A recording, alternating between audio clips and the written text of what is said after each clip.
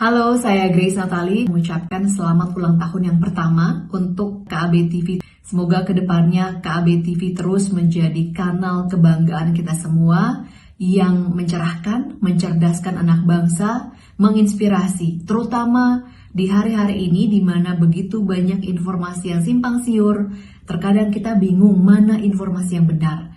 KAB TV, selamat ulang tahun dan terus menjaga Indonesia.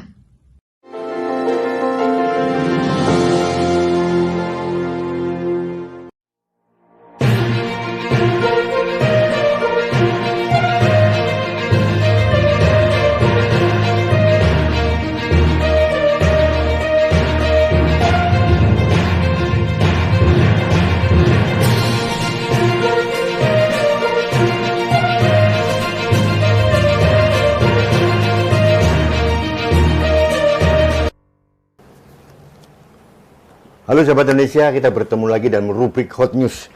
Kali ini kami akan mengangkat suatu topik yang sangat hot tentang kisruh atau polemik tentang alih status pegawai KPK. Dan saya akan meminta perspektif dari seorang yang sangat relevan dalam hal ini adalah Ketua Badan Pengurus dari Setara Institut. Beliau juga pernah menjadi pansel pimpinan KPK zaman Pak Firly ini, Pak ya? Iya, ya. Yang memilih Pak Firly saya ini dan kawan-kawan ya. Nah, beliau adalah Pak Indardi. Ini semua orang udah tahu, nggak perlu saya perkenalkan Mas Indardi, udah tahu. Mas Indardi, terima kasih. Agak terlambat saya sowan ke sini sebetulnya, karena sebetulnya Kolmik itu kan udah dari agak beberapa minggu yang lalu ya. Iya. Jadi beliau sangat sibuk sekali, jadi baru hari ini saya diberi kesempatan untuk menghadap beliau. Mas Indardi, hari ini saya membaca suatu tajuk di suatu media online. Seperti biasa saya selalu mengikuti berita apapun yang Mas Indardi narasikan. Ada narasi yang bukan tipikalnya Mas Indardi ini. Ya, ya. Memang ini jabatan ini punya nenek lo gitu. Ya. Apa yang terjadi tumben Mas Indardi? Sebenarnya itu konteksnya apa Mas itu? Begini, itu bukan pertama bukan kata-kata saya, tapi saya sitir dari Ahok. apa yang pernah disampaikan oleh Ahok ya. Memang jabatan ini jabatan nenek lo ya kan. Begini, mereka ini yang tidak lulus ini dengan segala upaya kan kesana kemari dan termasuk juga ke Komnas HAM, PGI, bahkan memainkan lembaga agama dan sebagainya untuk mendesakkan bahwa seolah-olah mereka adalah benar, padahal mereka hanya 5,4%. Dari 75 orang itu 5,4%. Dari 100%. Dari 1.351 yang mengikuti. Jadi artinya tadi yang disampaikan itu terkait sama orang-orang yang nggak lulus tadi ya? Yang tidak lulus. Yang tidak lulus ini mereka mencoba mengkampanyekan bahwa seolah-olah mereka tes ini salah. Ya, tes ini keliru dan kemudian mereka sendiri yang mau memberikan kesan pada publik bahwa mereka lah yang benar gitu. Bagaimana ada cerita bahwa 5,4% ini kemudian merasa lebih benar dari yang lulus sisanya. Iya, yang lulus itu 94,6% ya, dan itu kalau kita dengan hitungan matematik manapun itu tidak pernah bisa dibenarkan bahwa 5,4% dianggap yang benar. Jadi, kalau itu dianggap yang benar, yang kita ingin mengatakan bahwa 94,6% ini KKN, ya kan? Atau apa, gitu kan? Nah, dalam konteks itu awalnya. Makanya saya kemudian bilang kenapa sih mereka ngotot sekali terhadap jabatan di situ, di KPK, gitu ya, jabatan di KPK, sampai mereka tidak lulus pun masih tetap ngotot dengan berbagai agenda-agenda dan narasi-narasi politik untuk seolah mereka yang benar. Makanya saya bilang begitulah, kira-kira presiden aja jabatannya dibatasi. Ya, ada 5 tahun. Kalau dia beruntung dapat 10 tahun. Tapi ini kok mau seumur hidup? Memang jabatan itu jabatan nenek lu. Itulah kira-kira. Konteksnya begitu. Mas, oke, ini agak lompat sedikit sebetulnya. Oke Mas, saya agak mundur dulu Mas. Tentang yang dihebohkan tentang TWK. Sebetulnya apa legal standing dari KPK untuk mengadakan TWK ini? Itu kan memang kalau secara legal standing udah nggak bisa diperbantahkan, karena karena itu kan memang perintah undang-undang ya. Undang-undang itu memang Undang-Undang Nomor 19 tahun 2019 ya. Undang-undang itu ada yang mensyaratkan bahwa pegawai KPK harus alih status ini ASN. Walaupun saya cerita prosesnya sedikit karena pas proses perundang-undangan ini berjalan, saya juga pas lagi bekerja untuk Pansel KPK. Oh iya iya. Ya, dan ketika undang-undang ini lagi berjalan, sedang berjalan itu lagi berproses banyak tantangan memang dari mereka yang menolak ini menolak itu dan sebagainya. Bahkan saya ingat ketika proses mereka ini siapa Mas? Ya pegawai-pegawai KPK pegawai-pegawai KPK khususnya yang dimotori oleh yang sekarang yang tidak lulus inilah ininya. Nah itu mereka mencoba terus melakukan perlawanan terhadap undang-undang ini dengan berbagai cara, tetapi singkat kata gitu, singkat cerita bahwa kemudian undang-undang ini tetap disahkan. Dan undang-undang ini kan memang 50% adalah wewenang DPR, 50% wewenang pemerintah, presiden dalam hal ini. Nah, kemudian udah terjadilah undang-undang itu. Nah, dan dengan adanya undang-undang itu kan ini perintah undang-undang dijalankan. Nah, mereka sebelumnya menolak, katanya 800 orang dari, saya lupa 500 atau 800 orang pegawai KPK akan keluar. Ini gaya mereka dari lama, ngancam-ngancam terus. Ternyata nggak terbukti. Ya, ternyata begitu ada tes ASN, mereka ikut semua, ya kan? Nah, ini saya bilang nggak konsistennya. Mereka ikut tes ASN itu, dan setelah kemudian tidak lulus sebagian kecil, yang 5,4%, ini yang teriak-teriak terus gitu kan, bahwa menyalahkan tesnya, ya bahkan secara lebih jauh menyalahkan instrumen tesnya. TWK ini kan instrumen aja Mas, gitu ya, dan dilakukan oleh lembaga-lembaga juga yang kompeten lah untuk itu ya. Lalu dan itu biasa dilakukan pada instansi yang manapun yang ada ASN, ya, dan pada siapapun yang mau jadi ASN ini diumum dilakukan. Nah, ini mereka tolak ini seolah-olah bahwa instrumennya atau TWK-nya ini tidak benar. Secara lebih jauh mereka main politik, pecat Pak Firly katanya. Ya, kemudian mereka datang misalnya ke Kapolri, bahkan suruh tarik Pak Firly yang nggak ada hubungannya dengan ini, tapi langsung dibantah oleh Kompolnas misalnya. Kompolnas bilang bahwa apa urusannya dengan ini, orang dia kan KPK kan bukan di bawah Kapolri ya kan.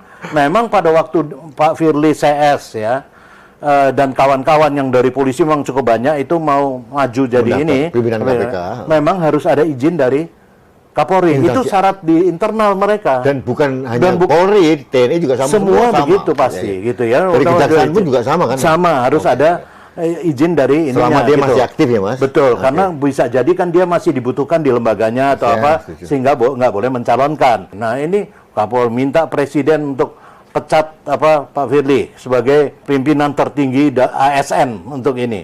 Ya saya kira itu mengajak-ajak Presiden melanggar hukum itu. Ya kan? Mengajak Presiden melanggar hukum untuk itu. Dulu mereka anti banget kalau Presiden nggak boleh masuk intervensi KPK. Iya, tapi sekarang mereka tarik untuk Presiden intervensi KPK. Ya. Ini makanya saya bilang nggak ada yang konsisten dari mereka ini, tidak konsisten.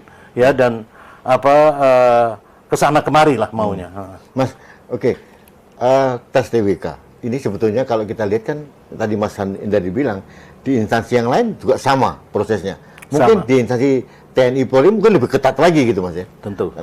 Nah, ini digugat. Yang membuat saya heran beberapa lembaga juga mungkin beberapa orang tokoh besar, guru-guru besar ini kenapa kok bisa terpengaruh dengan narasi yang mereka mainkan ya Mas ya? Ya begini, ada persoalan lama terutama sejak beberapa periode KPK belakangan ya kan, sebelum Pak Firly ini yang memang menjadikan ya KPK itu dikesankan bahwa seolah-olah KPK ini adalah orang-orang ini, novel CS lah gitu kan, dan novel adalah KPK gitu. Kesan ini sebenarnya dibangun ya, dan itu saya sebenarnya dari beberapa waktu nggak setuju, termasuk ketika saya pansel. Saya menyatakan bahwa kira-kira ya KPK ini bukan lembaga yang semacam production house yang menghasilkan artis, ya. KPK tidak butuh artis. Justru kerja seperti KPK atau Badan Intelijen itu kerja yang silent, ya. Dan kemudian nanti di ujungnya adalah baru diperlihatkan, gitulah ininya. Nah, ini pertama, bahwa ada yang keliru mengesankan bahwa seolah-olah KPK ini ada pahlawan-pahlawannya.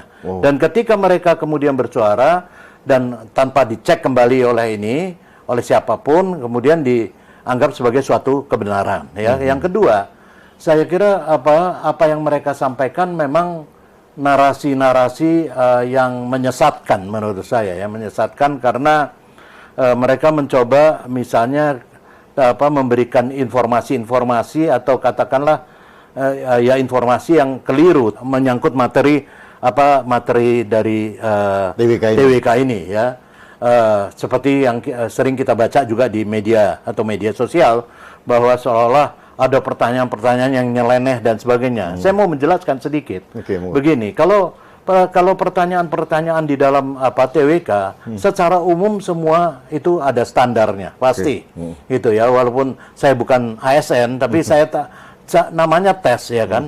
Dan itu pasti ada yang standar.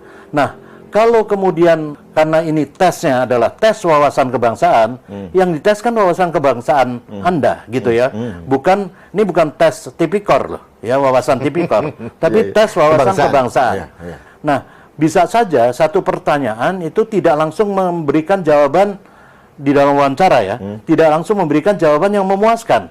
Nah, kalau ada intensi tertentu, ya dilakukan pengembangan pertanyaan oleh si pewawancara. Katakanlah misalnya begini, ya, apa pandangan Anda tentang organisasi terlarang keagamaan yang oleh pemerintah dilarang? Dia jawab, ya itu kan hak berorganisasi dan sebagainya. Pasti itu akan dikejar lebih jauh lagi, gitu ya. Dikejar lebih jauh lagi. Tapi yang mereka tampilkan kan bukan konteksnya. Mereka hanya ujung-ujungnya. Kok masa ditanya kunut, ditanya LGBT, di ini segala macam, ya. Itu juga saya kira cara mereka mengkampanyekan ini dengan narasi-narasi politik yang menyesatkan, ya. Karena pada dasarnya misalnya LGBT, ya, LGBT adalah saya kira sangat wajar dipertanyakan karena itu menyangkut orientasi seksual seseorang, dan ketika dia melakukan pekerjaannya, apakah dia punya bias terhadap itu? Kalau dia punya bias, masa orang misalnya LGBT tidak boleh hidup di dalam negeri ini misalnya, ya itu harus clear terhadap ini, bukan supaya mereka tidak bias terhadap ini. Ya, orang ini kan punya hak asasi juga. Jadi menurut Mas Hindardi, sebetulnya kalau melihat tadi penjelasan tadi bahwa setiap pertanyaan pasti ada konteksnya. Pasti, ada konteksnya dan ada dasar, ada pokoknya, ada standarnya, ya, ada standarnya, lalu dikembangkan. Nah, dikembangkan. Jadi artinya menurut Mas Hindardi, materi tes wawasan kebangsaan ini tidak ada masalah sebetulnya. Iya, memang ini tidak ada masalah. Sekarang begini aja, Mas, gampang-gampangnya, ya kan? Ya, kita nggak usah cari anak ITB yang jago matematik misalnya, kan? Tapi kita cari anak SD aja, kita tanya 5,4% sama 94,6%, masa mau kita salahkan yang 94,6% bahwa itu yang keliru atau KKN, gitu, dan 5,4% yang benar, gitu ya. Yang jadi ini tidak perlu matematika seorang guru besar, ya? Nggak usah, saya kira. Ya, dan saya kira para guru besar harusnya tahu kalau soal-soal begitu. Nah, oke Mas, saya agak meningkat lagi. Kemarin sempat Presiden memberikan opini terkait dengan hasil pertama kali 75 orang, gitu ya. Presiden minta untuk mereka jangan dinonaktifkan tapi dibina, gitu ya. Bagaimana seorang Mas Hindardi memberikan perspektif terhadap opini Presiden ini? Saya kira begini, memang sebelumnya saya agak kecewa dengan komentar itu, tetapi kemudian setelah dilakukan rapat bersama kan oleh asesor, ya, BKN dan lain-lain dengan KPK, kemudian juga Menpan dan Menteri Hukum dan HAM dan beberapa lainnya, gitu. Itu diputuskan dari 75 itu 51 tetap diberhentikan dan 24 dibina. Ya, saya kira ini sudah mengakomodasi apa yang diarahkan oleh Presiden. Ya, dengan begini, bahwa 51 itu memang tidak serta-merta diberhentikan. Kan Presiden mengatakan itu. Tidak bisa serta-merta diberhentikan karena tes itu. Tidak. Memang nanti tanggal 1 November baru diberhentikan. Mereka sekarang masih pekerja. Bekerja. Walaupun ya tidak boleh jadi penyidik lagi atau apa, ya itu biasalah. Ya, yang kedua, apa yang 24 itu dibina atau dididik dan kemudian diberi kesempatan juga untuk melakukan tes kembali nanti beberapa yang dianggap bisa dan kalau lulus ya jadi mereka bisa jadi ASN. Jadi saya kira tidak ada yang keliru dari apa yang diinterpretasikan dari arahan presiden. Artinya tidak benar ada beberapa orang yang mengatakan Ketua KPK membangkang presiden itu tidak benar ya? Ya itu kan cara mereka berpolitik, ya kan?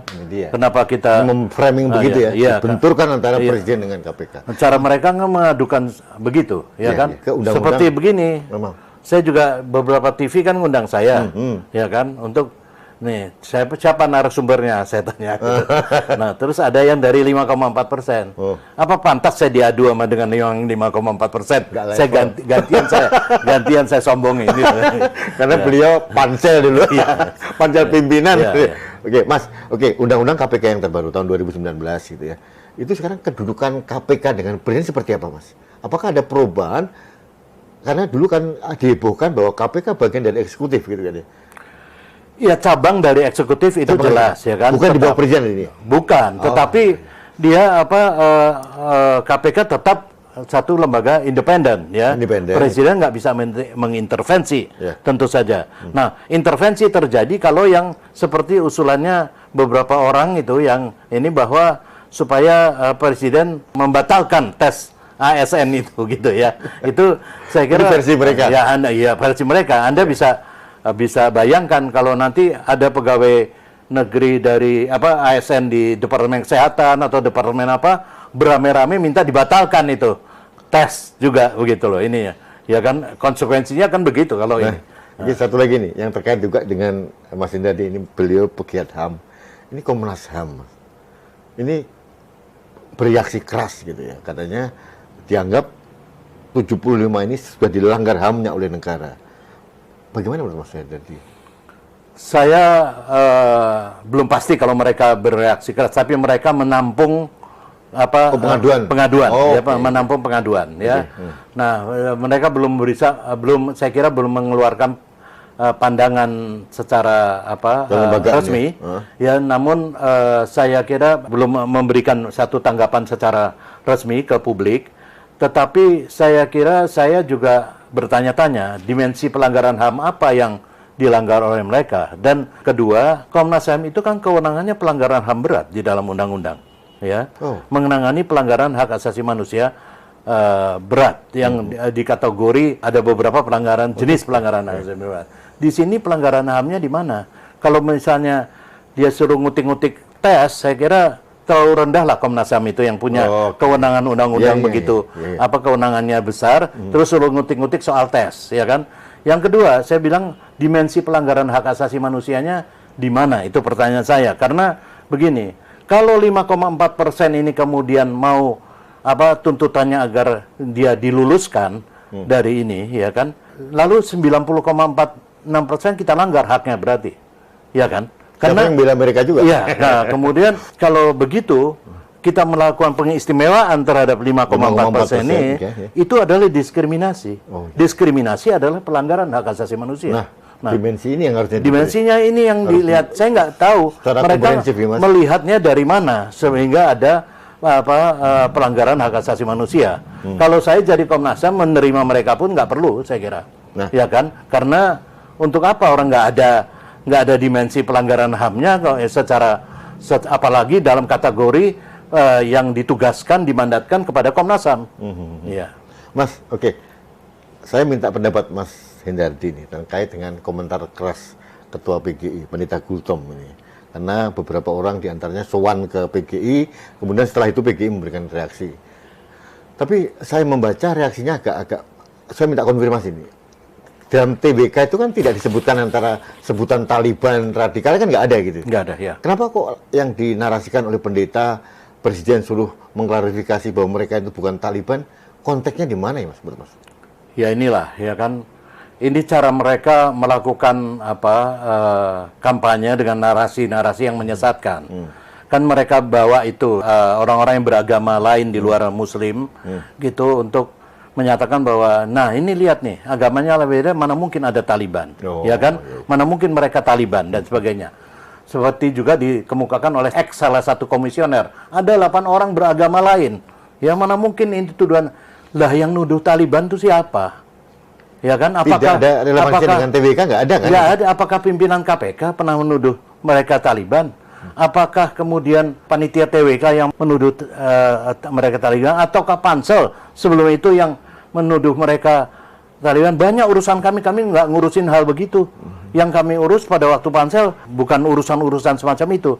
Nah, saya ingin mengatakan bahwa itu sebenarnya muncul di masyarakat sendiri.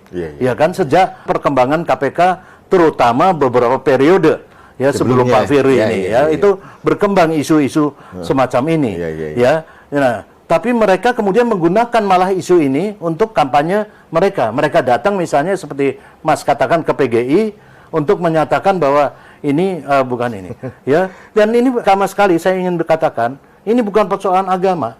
Ini persoalan tidak lulus. Administrasi. Soal administrasi. Jadi kalau misalnya dikatakan tadi kaitannya dengan pelanggaran hak asasi manusia, ya tidak, menurut saya tidak ketemu dimensi pelanggaran HAM-nya. Yang ada adalah kemungkinan pelanggaran administrasi atau pelanggaran hukum administrasi ketika seorang misalnya yang lulus tidak diluluskan. Dan itu pun mereka harus menggugat si vendornya, si BKN-nya, si asesornya. Dengan bukti itu mereka bisa dinyatakan lulus atau ini. Ya harus ada bukti gitu tentu saja. Jadi daripada mereka berteriak-teriak, lebih baik mereka menggugat BKN atau PT UN kan ada. Atau ya terakhir di PT UN kan. Mereka kan nggak mau, mereka senang main politik ya kan. Makanya kenapa juga mereka tiba-tiba kok nggak ada angin, nggak ada hujan, udah dijelaskan bahwa asesor atau vendornya ini adalah BKN dan beberapa lembaga profesional, tetap aja mereka mintanya Firly dipecat. Kan begitu. Artinya apa? Artinya mereka ini gaya politik lama, Mas, gitu. Ya, gaya politik lama ya atau strategi politik lama, taruh satu orang sebagai musuh. Ya, hajar itu habis-habisan gitu kan. Dan kalau itu berhasil ya lembaganya terpengaruh. Begitu aja. Saya kira itu yang mau dilakukan oleh mereka. Tapi ya ini nggak mudah juga gitu. Dan nggak berhasil, Mas. Nggak berhasil, ya. Karena orang-orang seperti Pak Hendardi dan saya membantu meluruskan kebenaran. Mas, Allah. Satu hal lagi. 5,4% yang tidak lulus ini, apakah akan berpengaruh pada kinerja KPK sebenarnya? Apa tuh, orang ini orang super hebat gitu, sehingga pada saat mereka tidak ada di KPK, kinerja KPK akan lumpuh gitu? Itu yang saya katakan tadi. Ini kan impresi yang dibuat sejak beberapa periode lalu ya, bahwa seolah-olah KPK tanpa orang-orang ini runtuh, ya jebol gitu kan ininya. Saya kira ini satu kesan yang sangat keliru karena impresi yang keliru karena KPK itu bekerja secara kolektif kolegial tentu saja ya, dan seorang satu jabatan tertentu katakanlah penyidik tetap ada atasannya, atasannya ada atasannya lagi, nah dan kemudian diputuskan secara kolektif kolegial, dan diputuskan oleh komisioner pun ada dewan pengawas sekarang ada ya kan, ada dewan pengawas. Jadi dan kemudian bukan dewan pengawas saja, yang penting publik juga mengawasi terus kerja KPK. Coba KPK diem-diem aja, ribut aja publik ini kan, karena mana ini kerja korupsi nggak ada orang yang terkena kasus korupsi misalnya atau semacam itu. Jadi saya kira apa yang dikesankan begitu itu jurus-jurus pendekar mabuk itu saya kira, Mas. Kalau yang mengesankan bahwa seolah-olah bahwa KPK itu tanpa mereka ini atau mengkultus individu kan ya, mengglorifikasikan diri. Itu nggak pantas gitu dan nggak tepat untuk lembaga semacam KPK gitu ya. Dan karena itu saya kira memang orang-orang ini ya tidak cukup pantas untuk menjadi pegawai KPK. Itu aja buat saya sih. Mas, kemarin ada berita 700 orang tidak akan menghadiri pelantikan sebagai bentuk solidaritas dari yang dipecat itu. Nah, tapi pagi ini saya mendapatkan berita ternyata seluruhnya 1.200 sekian orang menghadiri secara virtual pelantikan. Artinya sudah tidak ada masalah. Artinya kan masalah sudah clear itu, Mas. Iya. Terus sekarang perjuangan mereka akan kemana lagi itu, Mas? Kalau di internal sudah beres semua begini. Ya, pertama begini, itu ya inilah bukti klaim-klaim mereka ya, main politik mereka nih dengan klaim semacam ini yang sebenarnya nggak ada kenyataannya begitu ya. Dan ya ini kan soal perioknasi juga, Mas, bekerja di situ. Apalagi saya mau ingatkan, KPK itu lembaga yang agak berbeda dengan banyak lembaga lain. ya, insentif mereka juga lebih tinggi ya, karena itu saya tahu persis ketika mereka misalnya harus berunding dengan Departemen Keuangan dan sebagainya, mereka minta ini karena ya saya wajar lah karena risiko-risiko dan sebagainya gitu. Jadi banyak orang yang mau bekerja di KPK gitu. Jadi kalau mereka pun 700, 800 atau berapapun mau ini, tetap masih akan banyak orang yang mau bekerja di KPK ya. Kedua, bahwa kalau mereka menyatakan bahwa itu klaim-klaim saja ya. Dan ketiga, kalau pertanyaan kita juga kan terhadap ini, kenapa yang 5,4% kok ngotot betul untuk ini ya. Saya kira ini juga sekali lagi kembali kepada soal, buat saya sih ini soal kehilangan pekerjaan, income soal kehilangan pekerjaan paling mendasar ya. Itu harus diakui oleh kita siapapun lah ya kan. Apalagi dia bekerja di KPK selama ini cukup baik lah fasilitasnya. Yang berikutnya juga kenapa mereka masih dibela oleh banyak orang ini ya, masih banyak dibela, bahkan dimotori oleh beberapa ini. Saya lihat begini Mas, ini selain bisa dikatakanlah dimanipulasi sedemikian rupa dengan informasi-informasi mereka, tetapi juga ada yang secara khusus terus-menerus sejak beberapa periode sebelum Pak Firly ini memang menempel di situ ya, membela mereka, bukan membela, karena mereka punya kepentingan. Ada beberapa misalnya LSM yang di situ, yang ngotot sekali membela itu. Dari saya mulai pansel, ngamuk-ngamuk terus itu ya kan. Kenapa ini polisi terlalu banyak? Mereka bilang kenapa banyak polisi yang di ini, banyak jaksa yang di ini, yang di mendaftar. Lah, tapi mereka kita suruh daftar nggak mau daftar. Terus menyalahin orang lain daftar, ya kan? Jadi lucu. Yang kedua, media. Ya, media, beberapa media itu jelas punya akses, punya kepentingan di situ. Ya, dan selama ini terpelihara pengistimewaan terhadap mereka. Ya, sehingga beneran itu bukan hanya rumor, Mas. Lah kan Anda lihat beberapa media yang bisa belum ada orang ditangkap pada waktu dulu, belum udah dapat informasi dulu, udah keluar di ini. Jadi ada yang ini, ya. Ketiga juga ada ex komisioner, ya, yang saya kira memang tetap punya akses, dan aksesnya itu adalah mereka, ya, antara lain yang 5,4% ini, sehingga mereka nggak mau lepas akses info, akses apapun di situ. Jadi banyak kepentingan yang ini, dan ini harus diputus semua, gitu menurut saya, ya, kepentingan ini. Menurut Mas Hendardi, kepemimpinan Pak Firly ini bisa nggak memutus itu? Saya kira begini, ini berat ya, bukan ringan. Ketika kita pansel, hati-hati untuk memilih, karena kita harapkan orang yang mampu untuk ini. Saya masih yakin sih Pak Firly dan 4 orang lainnya, ya, ditambah lagi dengan dukungan Dewan Pengawas, ini mampu untuk mengemban amanat itu. Namun memang makan waktu, Mas. Seperti ya, contoh Undang-Undang tahun 2019 ini. Ini kan mensyaratkan ASN itu dilaksanakan selambat-lambatnya sampai nanti 1 November. Makanya kalau baru sekarang kan, dari sekian lama Pak Firly dan kawan-kawan sudah memegang tampuk pimpinan. Karena memang nggak gampang itu, Mas. Nah, tapi batas akhirnya itu kalau tidak salah 1 November. Sehingga kenapa mereka harus berhenti pada 1 November gitu, karena itu udah harus ASN. Karena perintah undang-undang adalah untuk menjadi ASN itu sampai tanggal 1 November. Waktu ini kan menunjukkan bahwa cukup panjang ya prosesnya. Jadi memang ini tidak mudah gitu, pasti. Ya, dan namun kita berharap bahwa mereka bisa menyelesaikan hal-hal semacam ini, dan sudah lebih ringan kalau sudah melalui seleksi ASN ini. Jadi hari ini tanggal 1 Juni mereka sudah dilantik, Mas, kemarin. Sudah dilantik, ya. Sudah dilantik, walaupun pelantikan itu masih juga dipelintir, dipelintir. Pelantikan itu yang saya tahu 53 orang itu hadir itu kan di ini, pandemi, Mas, virtual. Ya, pandemi. Nah, makanya sebagian ada virtual dan pakai Zoom ya, atau yang dengan baju putih dan sebagainya, itu dilakukan dan nggak ada yang tidak hadir. Jadi tadi PLT juru bicara juga bicara hadir semua kok. Karyawan itu hadir. Ya, itu hadir semua. Artinya, ya ini kan bukan soal gampang buat mereka untuk ikut-ikutan ini. Saya ikut-ikutan teman-temannya yang juga tidak realistik. Masa kita solidaritas boleh, tentu saja kita harus solidaritas terhadap teman. Tapi ketika teman mau masuk kuburan, masa kita ikut juga dalam. Mas, saya alih status dari pegawai KPK menjadi ASN. Itu sebetulnya mereka dirugikan nggak sih secara finansial, Mas?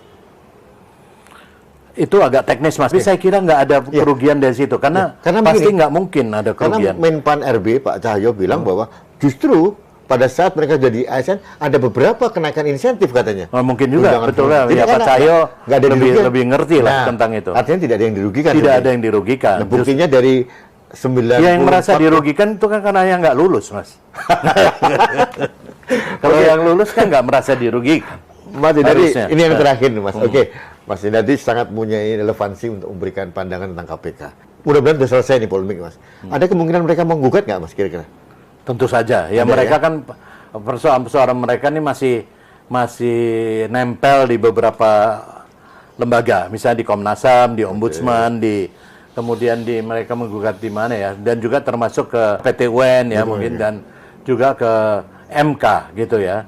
Tetapi mudah-mudahan ya lembaga-lembaga itu juga mengerti konteks ya politik daripada ini semua, dan tidak terpancing oleh manuver-manuver mereka lagi, sekalipun itu adalah hak mereka menggugat ke sana kemari dan sebagainya. Tapi manuver-manuver ini memperlambat sebenarnya kita semua memberantas korupsi gitu ya. Dan ini kan yang rugi akhirnya kita semua. Makanya saya kira kontroversi manuver-manuver macam ini sudah harus dihentikan, dan lembaga-lembaga yang menerima pengaduan mereka tidak bebas nilai ya. Mereka harus cukup lihat ada. Mudah-mudahan ini para lembaga yang menerima pengaduan mereka ini pakai kacamatanya merah putih, Mas. Mudah-mudahan begitu. Kita harapkan juga begitu, ya kan. Nah, yang terakhir, Mas, kira-kira apa yang ingin Mas sampaikan untuk KPK ke depan? Seperti apa? Semua pemangku kepentingan seperti apa yang harus bersikap untuk menyelamatkan KPK dan memberantas korupsi di negeri ini? Lebih penting adalah jaga kekompakan antara pimpinan KPK dan juga di Dewas, itu yang penting ya, karena kalau mereka kompak itu tidak mungkin intervensi masuk. Yang kedua, ini soal ASN ini sudah makan waktu yang cukup lama. Menghabiskan energi juga, Pak. Iya, menghabiskan energi. Jadi mereka harus kembali kepada pokok persoalan, ya pokok tugas mereka adalah memberantas korupsi, terutama korupsi besar, bukan korupsi remeh-temeh, ya, kroco-kroco. Yang ketiga, saya kira mereka mesti tentu saja dengan hikmah peristiwa ini, mereka bisa membenahi sistem sehingga tidak lagi nanti ada hierarki harus tetap ada di organisasi manapun ya. Itu tidak hanya di tentara atau di polisi ya, tetapi dimanapun ada hierarki. Jadi tidak ada misalnya seorang yang menolak menangani kasus ini atau kemudian melaporkan pada atasannya dan nggak mau dipindah, tidak mau dimutasi, tidak mau ini ya, karena seseorang yang menduduki jabatan publik itu lebih dari 5 tahun itu kecenderungan subjektivitas juga tinggi dan kemudian ada kemungkinan tend to corrupt absolutely power jadi saya kira ini biasa saja di dalam suatu lembaga, apalagi lembaga penting dan lembaga premium semacam KPK ini. Ini. Artinya Mas Hindardi mau menyampaikan, kalau mengambil istilahnya Pak BTP, jabatan memang milik nenek lu gitu. Harus ada akhirnya, semuanya. Harus ada periodisasinya. Ada periodisasinya dan kita masa mau jadi penyidik seumur hidup, ya kan? Mas, matur suwun, terima kasih. Ini pencerahan. Mudah-mudahan ini semua segera selesai, Mas. Karena energi kita sudah terlalu banyak terkuras untuk hal yang seperti ini. Setuju, Mas. Kalau kita seperti ini terus, Mas, ada polemik yang paling bersorak-sorak kan koruptor nih, Mas. Ya iyalah, tertunda semua ini yang ini. Jadi mereka jangan sampai kita memanjakan para koruptor ini, Mas. Betul, betul, ya. Mas, terima kasih. Terima kasih, Mas. Nanti saya akan ngerepotin lagi kalau ada isu-isu yang penting. Silakan, karena Mas. Biasanya gongnya Mas Hindardi ini memberikan satu opini di situ. Baik, matur suwun, Mas. Sahabat Indonesia, demikian saya mendapatkan pencerahan. Mudah-mudahan Anda pun sama. Apa yang dikatakan Mas Hindardi itu luar biasa, bahwa energi bangsa ini harus dikuraskan. Orang-orang yang 5,4 itu juga harus sadar diri. ini bukan kepentingan Pak Firly Bahuri atau siapapun, tapi ini keperluan NKRI. Dan bagi yang mendukung 5,4% tadi juga harus berpikir, ada kepentingan 94,6%. Ini juga harus dihargai. Mereka lulus dan mereka loyal pada undang-undang. Betul, dengan akses dan kesempatan yang sama. Jadi mereka tes. Ya, jadi dan satu lagi yang membuat saya bahagia, KPK tetap hidup, tidak runtuh dengan kehilangannya 5,4% ini. Ya, ini optimis ya Mas ya? Ya. Terima kasih, kita bertemu lagi dalam program Hot News berikutnya.